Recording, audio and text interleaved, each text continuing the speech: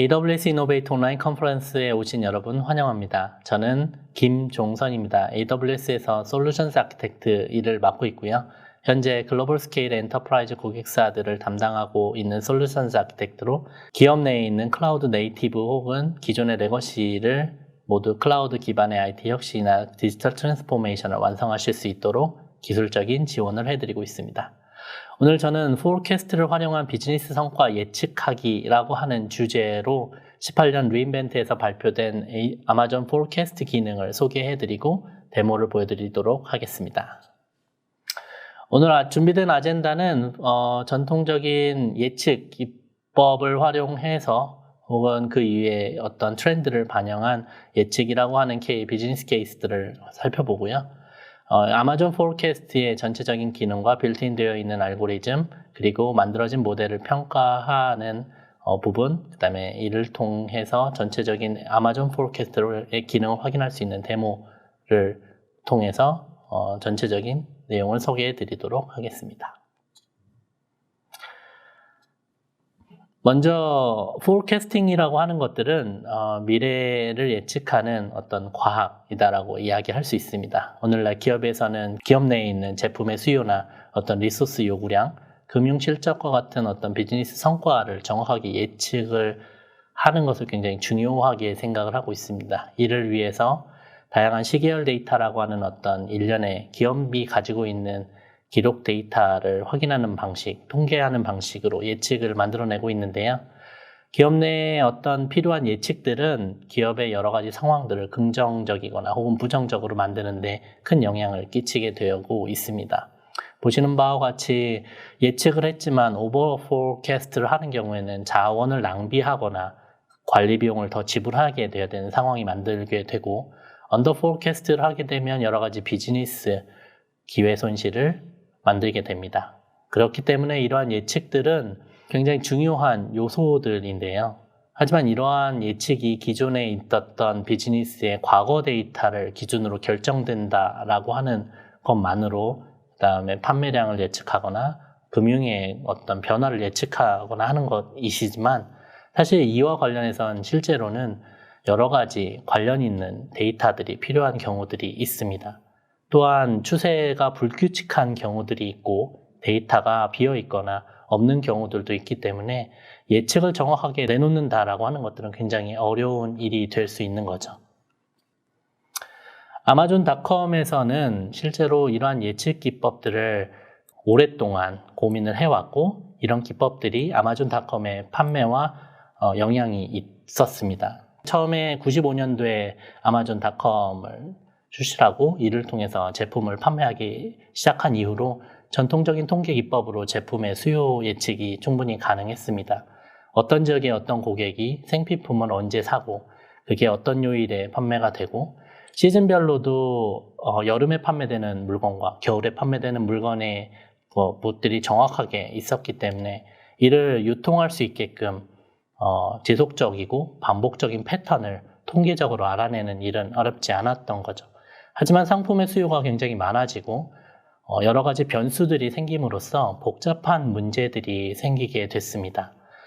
잦은 가격 변동성이 생기게 됐고, 특정 지역에서만 팔리는 물건들이 생기게 됐고, 그 다음에 한 번 사면 교체 주기가 긴 물건들이 있거나 신상품이 다양화되면서 과거의 데이터가 없는 그런 신상품들에 대한 문제, 혹은 특별 시즌에서만 팔리는 그런 제품들이 생기게 된 거죠.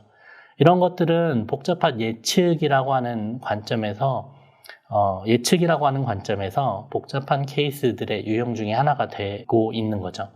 아마존은 5년부터 딥러닝 모델을 이용해서 머신러닝에 대한 투자를 지속했습니다.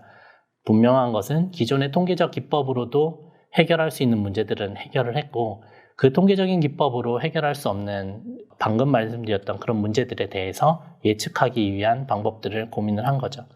기존 예측 방법 자체가 높은 데이터의 높은 구조적 가정을 기반으로 꼭 그 데이터들이 일치하는 상황에서 가능했고, 여러 가지의 시계열 데이터들의 패턴들을 하나의 모델로 통합적으로 인식하지 못했기 때문에 단일 모델로는 절대 예측하지 못했던 그런 문제들입니다.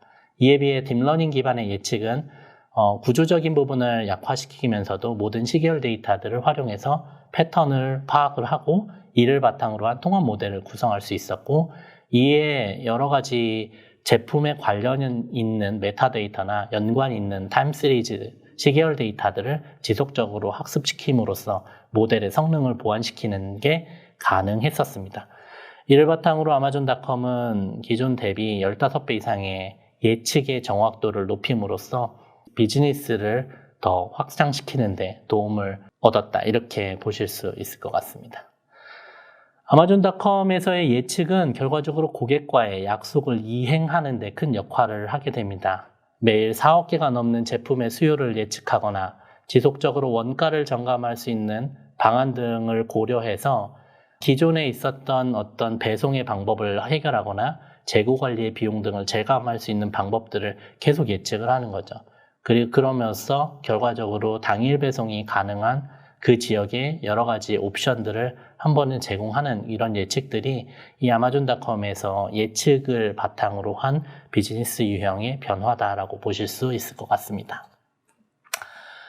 이젠 아마존닷컴에서의 경험을 바탕으로 아마존 포캐스트라고 하는 기능들이 어떻게 구성이 되어 있고 어떤 방식으로 동작하는지를 살펴보겠습니다.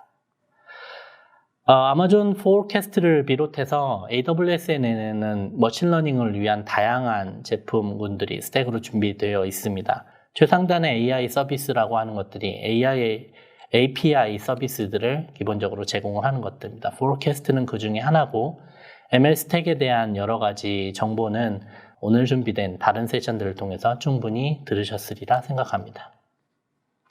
아마존 포캐스트는 결과적으로 정확한 예측을 위해서 자동화된 머신러닝 서비스입니다. 저희가 완전 관리형으로 제공을 하고 있기 때문에 데이터 파이프라인의 구성이나 어떤 예측의 구성 자동화 같은 것들을 하나의 워크플로우 내에서 진행할 수 있도록 되어 있으며, 기계학습을 사용해서 시계열 데이터나 이런 기타 변수들의 영향을 주는 방식들을 자동으로 검색을 해서 기존의 예측 대비 최대 50% 정확한 예측을 제공하는 거죠. 즉, 시계열 데이터만이 제공할 수 있는 어떤 정보를 확인할 수 있는 기존의 방법들에 비해서 관계를 파악하고 이를 수요에 최대 영향을 줄 수 있는 것들이 어떤 것들이 있는지 빠르게 파악하는 것들에 대한 것들이 이 높은 예측률을 이끌어내는 데 도움을 준다라고 보실 수 있습니다. 또한 딥러닝 경험이 적더라도 사용할 수 있는 여러 옵션 등을 예측 구성에 활용하실 수 있습니다. 포캐스트에는 미리 정의되어 있는 5개의 알고리즘 세트들을 제공할 뿐만이 아니라 모델 교육을 위해서 저희가 AutoML이라고 하는 옵션을 제공하게 되는데요. 포캐스트의 AutoML은 알고리즘 선택부터 하이퍼 파라미터의 튜닝, 반복적인 모델의 학습과 같은, 그 다음에 그 만들어진 모델의 평가와 같은 반복적이고 자주 일어나는 복잡한 기계, 머신러닝 작업을 자동화하는 데 도움을 주고 있습니다. 물론 이 자동화하는 모든 과정 중에 여러분들의 데이터는 충분히 암호화가 되고 있고, 그 암호화를 저희가 가지고 있는 키 매니지먼트 서비스인 KMS를 통해서 제공을 해서 여러분들의 리전에 포캐스트를 사용하면서 충분히 보안을 유지하고 있다고 보실 수 있을 것 같습니다. 아마존 포캐스트는 3가지의 데이터셋을 구성함으로써 이 작업이 시작이 되는데요. 이 중 하나는 필수이며 나머지는 선택적으로 데이터셋을 구성할 수 있습니다. 필수라고 하는 데이터셋은 예측하고자 하는 아이템의 시계열 데이터입니다. 즉, 타겟 데이터를 만들기 위해서 과거 데이터를 넣어야 되는 필수 데이터 세트고요. 예를 들면 1년의 제품들에 대해서 판매량을 예측하려면 각 제품에 대해서 과거 시계열 데이터의 데이터 세트를 만들고 그것들에 대해서 현금 흐름이나 수익이나 판매량과 같은 지표들을 보고 그걸 보고 타겟으로 만들 수 있게끔 하는 데이터셋이 되겠습니다. 두 번째는 Related Time Series Dataset이라고 하는 부분입니다. Related Time Series Dataset은 타겟이 되고 있는 시계열 데이터와 연관이 있는 시계열 데이터입니다. 즉, 영향을 줄 수 있다라고 하는 판단이 되는 시계열 데이터로서 최대 10개의 예측 자원에 13개의 관련 시계열 기능을 넣을 수 있는데요. 이 부분이 딥 AR이나 프로핏과 같은 빌트인 되어 있는 알고리즘에서 예측 변수를 확인할 때 이런 이 Related Time Series 데이터셋을 활용을 해서 정확도를 높이는데 활용을 할 수가 있습니다. 세 번째는 항목에 대한 메타데이터입니다. 시계열 데이터에 대해서 적용할 수 있는 메타데이터고, 예를 들면 특정 제품의 판매를 예측할 수 있는 브랜드나 색상, 양식, 국가 이런 어떤 항목들이 메타데이터의 일부가 될 수가 있는 거죠. 즉 아이템의 시계열 데이터는 아니지만 이 아이템의 컨텍스트를 제공할 수 있는 데이터를 관련 속성 및 범주의 메타데이터라고 보시면 되겠습니다. 이 데이터셋이 준비가 되면 그 데이터셋을 콘솔이나 API로 로딩을 하고 프로프로세싱을 할 수 있게끔 업로드를 해서 포캐스트에 그 데이터셋을 주는 것으로 이게 시작이 됩니다. 포캐스트는 데이터셋을 가져가는 순간 이제 맞춤형으로 모델 학습을 자동으로 진행을 하게 되는데요. AutoML이라고 해서 앞에 소개해드렸던 것처럼 알고리즘이나 이런 부분들에 대해서도 선택을 하거나 여기에서 모델을 생성을 할 때 필요한 하이퍼 파라미터 튜닝에 대한 부분들에 대해서 제공을 받음으로써 최종으로 나오는 아웃풋인 프리딕터라고 하는 어떤 예측 값을 내는 그 프리딕터들을 만들어내는 과정들을 포캐스트가 자동으로 진행을 하고 맨 마지막에 나온 포캐스트가 맞춤형의 API로서 콜을 해서 필요한 예측값을 얻어내는데 사용을 하게 됩니다. 기계학습 전문이 없는 개발자의 경우에는 포캐스트 API나 커맨드 라인의 인터페이스나 아니면 콘솔 등을 사용을 해서 특정 데이터셋을 가지고 오고 예측기를 트레이닝하고 예측기를 배포를 해서 이 결과적으로 필요한 예측값이라고 하는 것들을 추론할 수 있는 상황입니다. 포캐스트를 활용하면 이제 결과로 예측값의 분포를 시각화할 수 있습니다. 예측값의 분포를 시각화한다는 말이 나온 예측값들을 이제 콘솔이나 API나 아니면 CSV의 익스포트를 통해서 내가 원하는 방식으로 얻어낼 수 있고 얻어낸 값들을 내 비즈니스 어플리케이션에 적용함으로써 그 예측값을 활용한다라고 하는 측면이죠. 이때 예측값의 분포라는 말을 사용을 했는데 예측값의 분포에 대해서 조금 더 살펴보도록 하겠습니다. 아마존 포캐스트는 확률 예측이라고 하는 방법으로 예측을 하게 되는데요. 전통적인 기법에서의 통계 방식으로 진행되어 있던 포인트 포캐스팅은 특정 시점에 과거의 데이터의 통계와 어떤 평균 값들을 바탕으로 그 특정 값들이 나오게 됩니다. 하지만 이 데이터 자체는 예측 불확실성을 그대로 전달하지 않고 그냥 그 수치만 전달하는 것이 가장 큰 문제이고 값이 틀릴 수 있는 확률에 대해서도 이제 여지가 충분히 있다는 거죠. 확률 예측이라고 하는 것들은 미래 사건에 대해서 알려져 있는 의견들을 같이 조합을 해서 결과적으로 단일값 예측뿐만이 아니라 그 단일값을 포함하고 있는 레인지를 제공하는 것입니다. 실제로 특정 날짜에 특정 시간에 예측하고 있는 값이 몇 %의 확률로 들어올 것이다 라고 하는 관점으로 제공하는 것이 확률 예측인데요. 예를 들면 지금 현재 보시는 바와 마찬가지로 아마존 포캐스트는 P90라고 하는 확률 예측 값을 제공을 할 수 있습니다. 예를 들면 2020년 3월 1일에 아마존 포캐스트를 통해서 현재 이 도시에서 사용하고 있는 전기 사용량을 예측했더니 P90가 24.5kW가 나왔다 라고 하는 말은 90%의 확률로 24.5kW가 사용될 것이다 라고 하는 것을 예측 가능하게 합니다. P10이라고 하는 값을 제공할 수도 있는데 P10이라고 하는 값을 18.5kW를 제공한다고 하면 10%의 확률이기는 하지만 최소한 18.5 이상의 것을 사용할 것이다. 즉 특정 시점에 포캐스팅할 수 있는 전기량은 18.5부터 24.5 이하의 그 전기량에 대해서 준비를 하면 우리가 이 도시의 블랙아웃을 경험하지 않을 것이다 라고 하는 관점으로 제공하는 것이고 실제로 특정 날짜와 특정 시간에서의 어떤 신뢰 수준을 지정하는 것이 아마존 포캐스트가 이야기하는 확률 예측이라고 하는 것입니다. 아마존 포캐스트에는 빌트인 되어 있는 알고리즘들이 있습니다. 알고리즘들이 과거에 있었던 전통적인 방법을 포함해서 딥러닝이나 머신러닝 기반의 예측 알고리즘을 포함하고 있는 게 아마존 포캐스트의 특징이라고 볼 수 있는데요. 여러 가지 알고리즘 중에 하단에 있는 베이스라인 알고리즘에 해당하는 아리마나 ETS, MPTS와 같은 경우는 과거의 통계적인 부분을 많이 지향하는 그런 알고리즘입니다. 그중 아리마는 일반적으로 사용되는 시계열 예측용으로 로컬 통계 알고리즘이고요. 입력 데이터셋 자체에서 표준시간 구조를 캡처를 해서 그걸 바탕으로 데이터세트를 가지고 있는 경우에 특히 유용하다라고 보실 수 있습니다.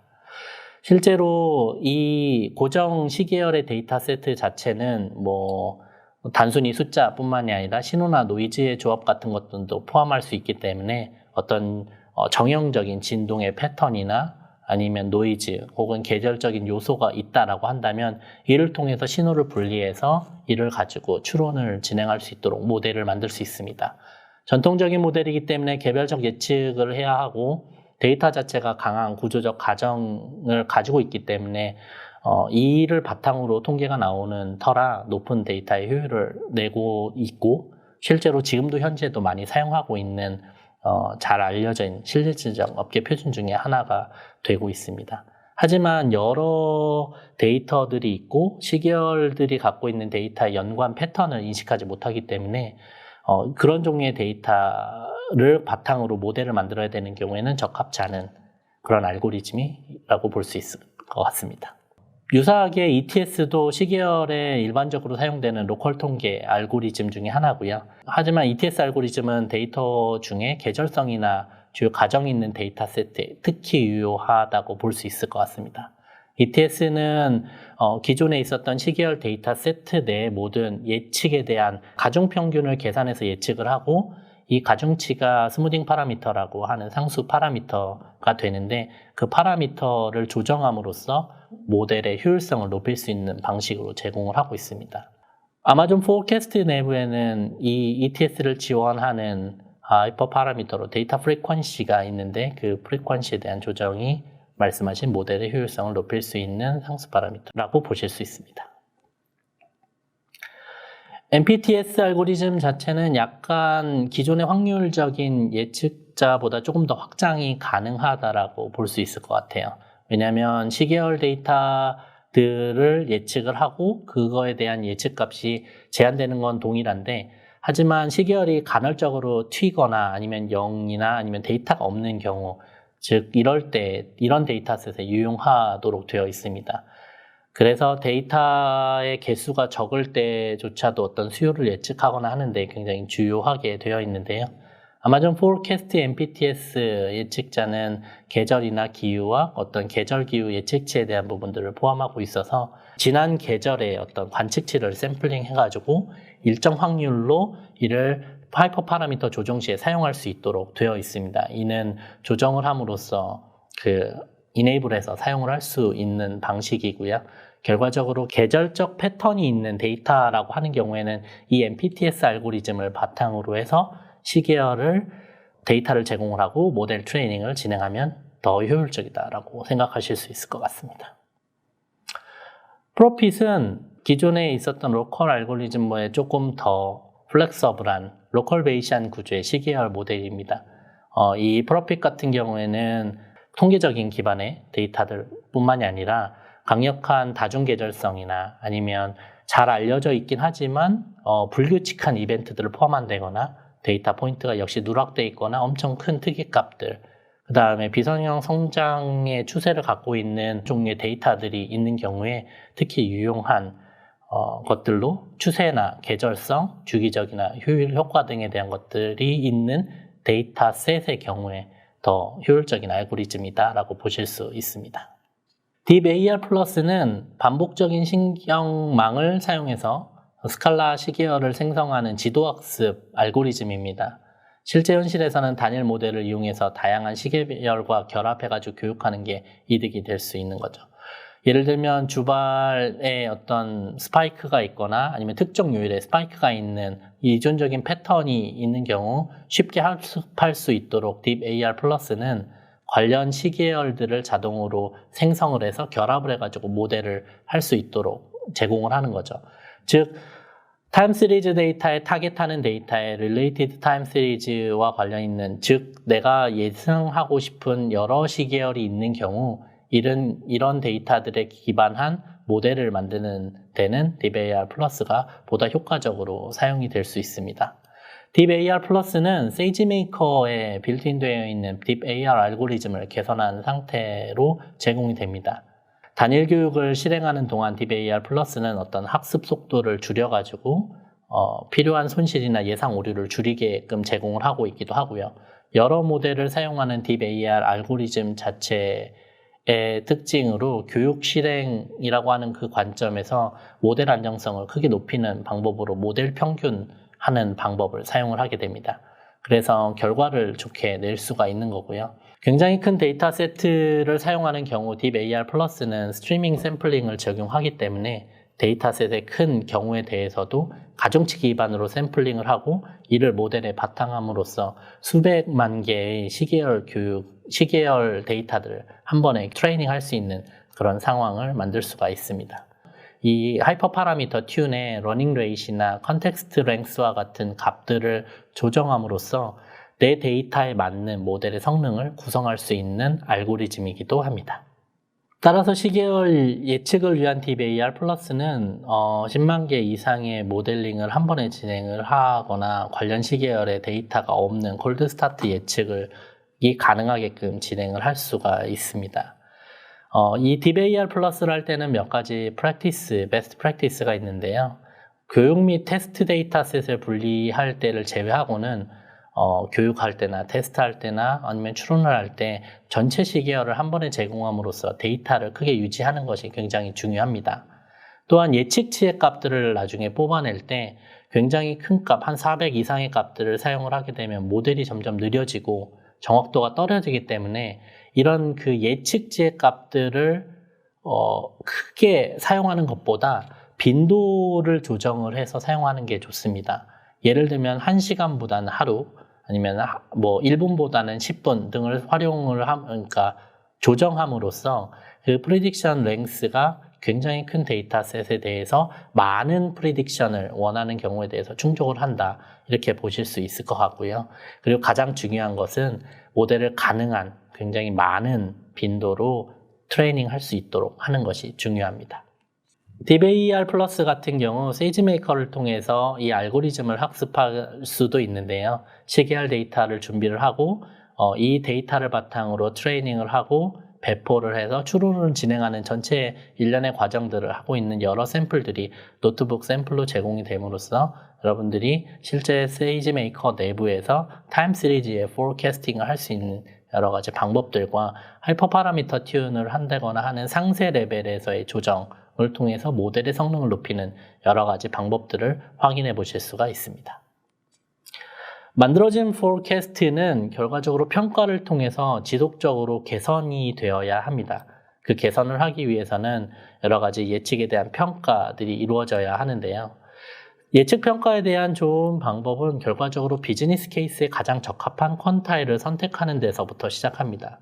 퀀타일은 말씀드렸던 확률 예측에서 예측값의 범위를 제공을 하기 때문에 P90, P50, P10과 같은 특정 퀀타일을 선택을 해서 내 비즈니스 케이스에 적용을 하는 거죠. P90는 90%의 시간 내에 실제 값이 예측값보다 작을 것이다 라고 하는 신뢰를 제공한다라고 말씀을 드렸는데 실제로 이를 바탕으로 수요에 대한 부분을 충분히 고려한다면 P90가 될 수도 있고 P10 같은 값은 최소량으로 준비해야 되는 최소 수량에 대한 부분이나 최소 금액과 같은 부분으로 예측하는 데 활용이 될 수가 있습니다.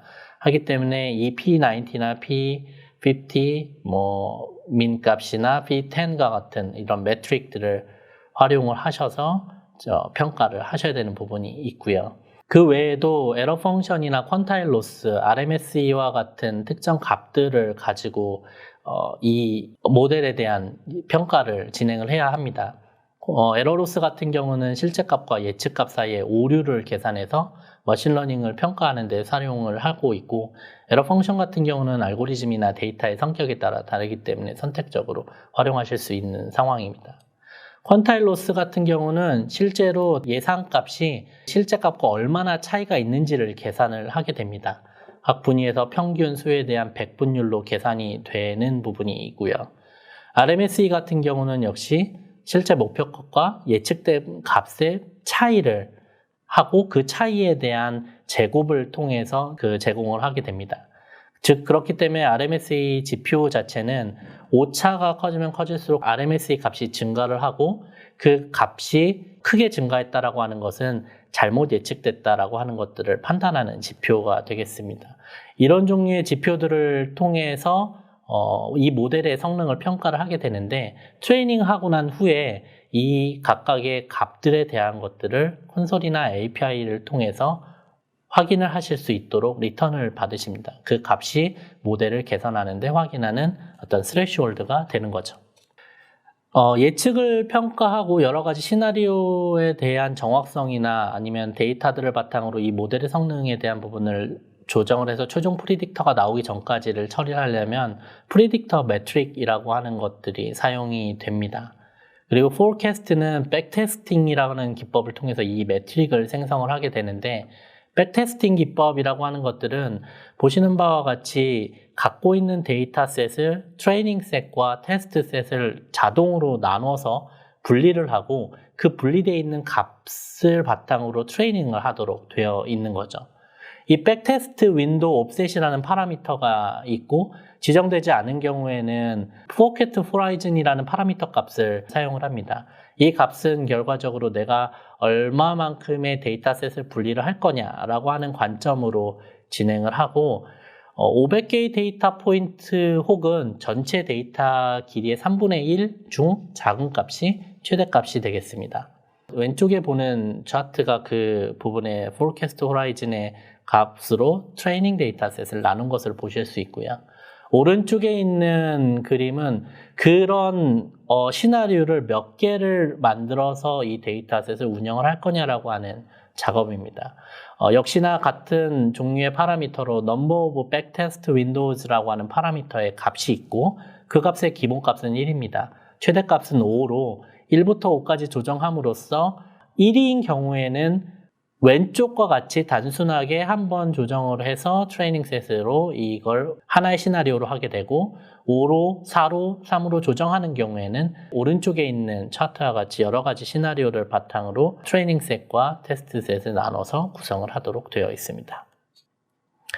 앞서 설명드린 여러 가지 포캐스트의 기능들을 바탕으로 데모를 보시겠습니다. 아마존 포캐스트를 사용하시기 위해서는 일단 지역을 선택하십니다. 현재 서울 리전을 선택을 했고요.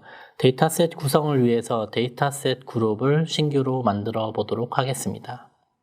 데이터셋은 앞서 설명드렸던 것처럼 여러 세 가지의 데이터셋이 구성이 되도록 처리합니다.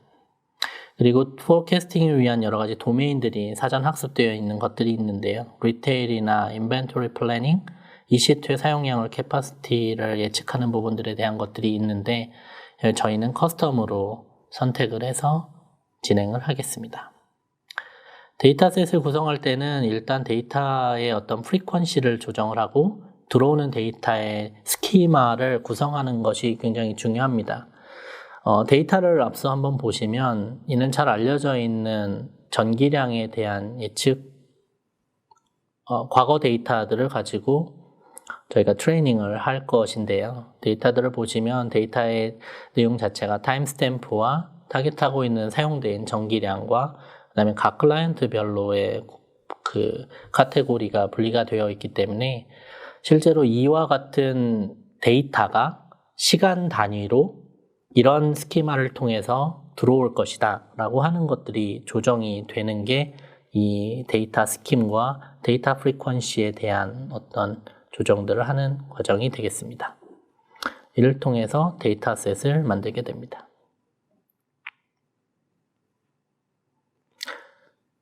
데이터셋을 만들 때는 현재 사용된 리전에서의 어떤 데이터셋이 유니크하게 유지될 수 있도록 잘 구성이 되어야 하고요. 데이터셋의 이름을 조정하면서 최종적으로 만들게 되면 데이터셋 구성이 시작됩니다.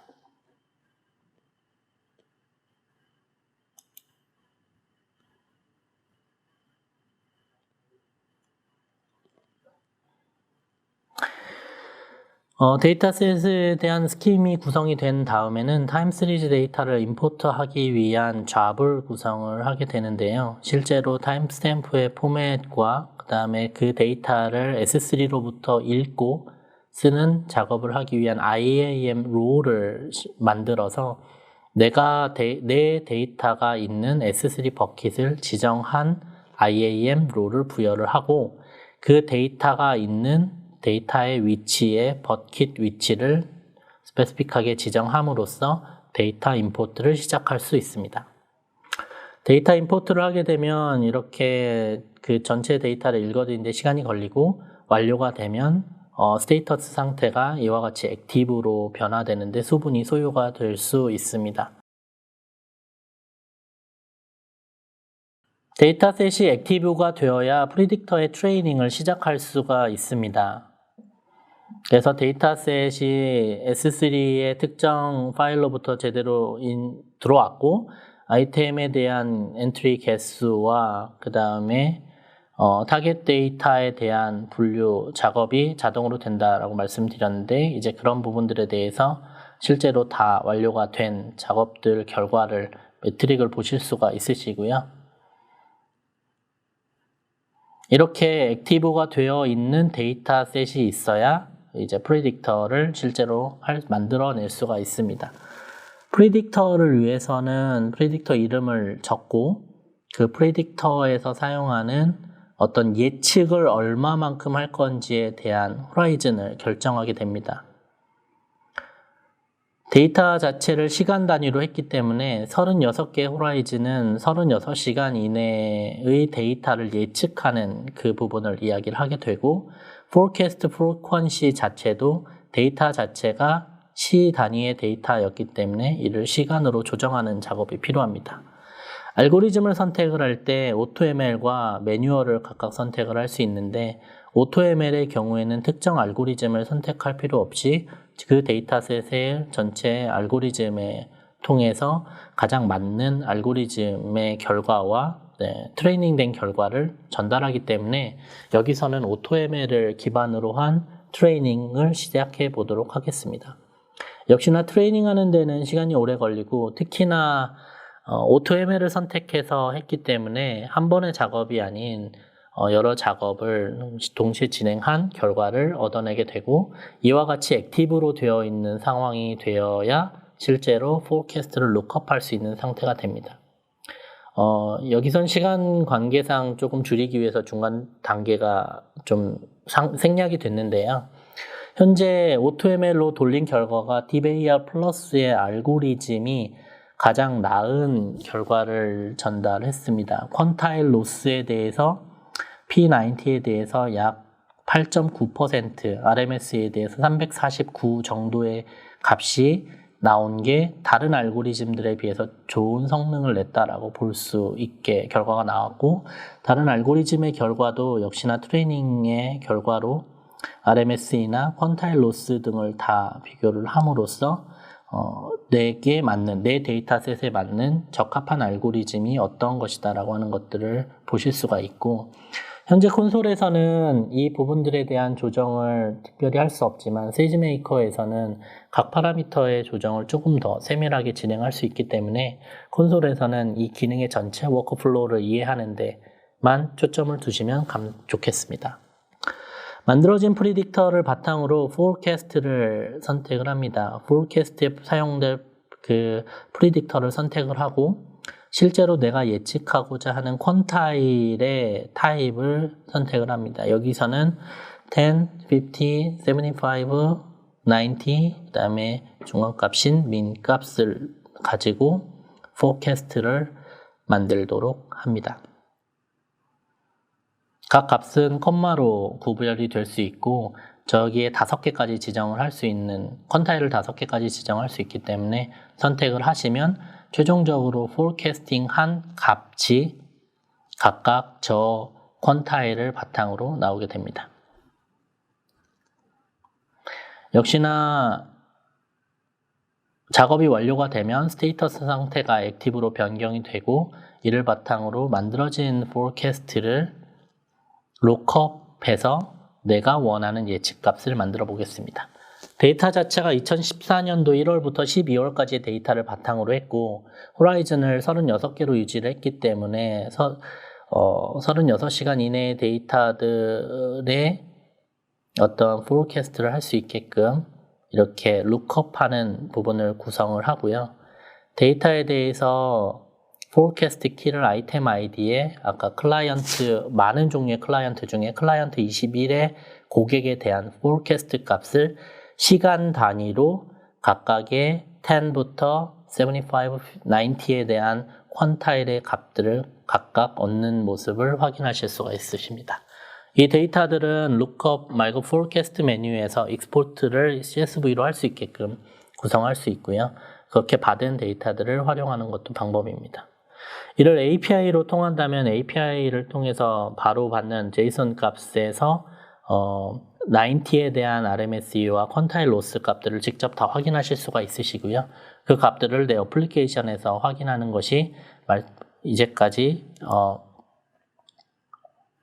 그 포캐스트의 기능을 확인하고 그 기능들을 바탕으로 실제 내 어플리케이션, 비즈니스 어플리케이션에 적용하는 예가 되겠습니다. 이제까지 아마존 포캐스트의 기능 데모를 보셨고요. 이를 바탕으로 추가적인 내용을 고민을 하셔야 될 게 있습니다. 이를 프로덕션으로 만들기 위해서는 고민해 보셔야 되는 항목들이죠. 사실 지금까지 보셨던 것처럼 데이터셋을 만들고 그 데이터셋을 프로세싱 하면서 트레이닝을 하고 그 트레이닝된 모델을 바탕으로 프리딕트를 하고 이걸 평가하는 이 일련의 과정들이 계속 반복적으로 이루어지는데 반복되는 프로세스는 자동화를 해야 하고요. 굉장히 많은 데이터 소스들이 주기적으로 변화를 하기 위해서 자동화할 수 있는 데이터 파이프라인을 구성을 하셔야 되고 시계열 데이터의 빈도를 확인하셔서 새로운 예측에 지속적으로 추론할 수 있도록 데이터들을 넣어줘야 합니다. 그리고 모델 학습이라고 하는 것들은 환경이 변하면 언제든지 계속 진행을 해서 모델도 진화를 해야 하는 거고요. 평가 자동화 같은 경우도 정해져 있는 스레시홀드 값 이하인 경우에는 새로운 모델을 만들도록 그렇게 해서 사실상 이 4개의 과정들이 이터레이티브하게 계속적으로 돌아갈 수 있어야 하는데 예를 들면 레드시프트의 캐시를 바탕으로 어떤 수요 예측을 하는 경우에 그 수요 예측량에 대한 부분을 S3에 지속적으로 넣고 이를 포캐스트가 데이터를 가져다가 지속적으로 학습을 해서 나온 결과의 추론 결과를 다이나모DB에 넣은 후 그 다이나모DB의 결과를 바탕으로 캐시를 구성하는 이런 시나리오의 수요 예측 부분들이 가능하려면 포캐스트뿐만이 아니라 관련 있는 일들을 처리할 수 있는 어떤 다른 요소들로 이 어플리케이션을 구성을 하고 이를 바탕으로 프로덕션에 반영하는 것이 여러분들의 비즈니스 케이스에 실제 적용하는 부분이 되겠습니다. 포캐스트에 대한 기능이나 발표되었던 사례, 다큐멘테이션에 대한 어떤 레퍼런스가 있고요. 포캐스트를 포함해서 아마존 머신러닝은 여러 가지 교육과 자격 과정들이 있습니다.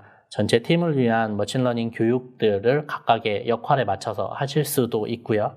여러 가지 온라인 과정들과 실제로 전문 강사들을 통해서 서비스가 되고 있는 부분이 있기 때문에 필요한 과정들을 확인해 보시면 좋겠습니다. 그리고 전문성에 대한 검증을 위해서 여러 가지 자격증 과정과 자격에 대한 시험도 준비가 되어 있으니 이를 활용해 보시는 것도 좋은 방법이 될 것 같습니다. 이제까지 아마존 포캐스트에 대한 기능을 설명해 드리고 관련된 데모를 보여드렸습니다. 온라인 컨퍼런스에 참여해 주신 여러분 굉장히 감사드리고요. 필요한 질문이 있거나 궁금하신 점이 있다면 저희의 컨택 포인트를 통해서 연락을 주시면 감사하겠습니다. 그리고 잊지 마시고 더 나은 세미나를 위해서 설문을 꼭 작성해 주시면 감사하겠습니다. 감사합니다.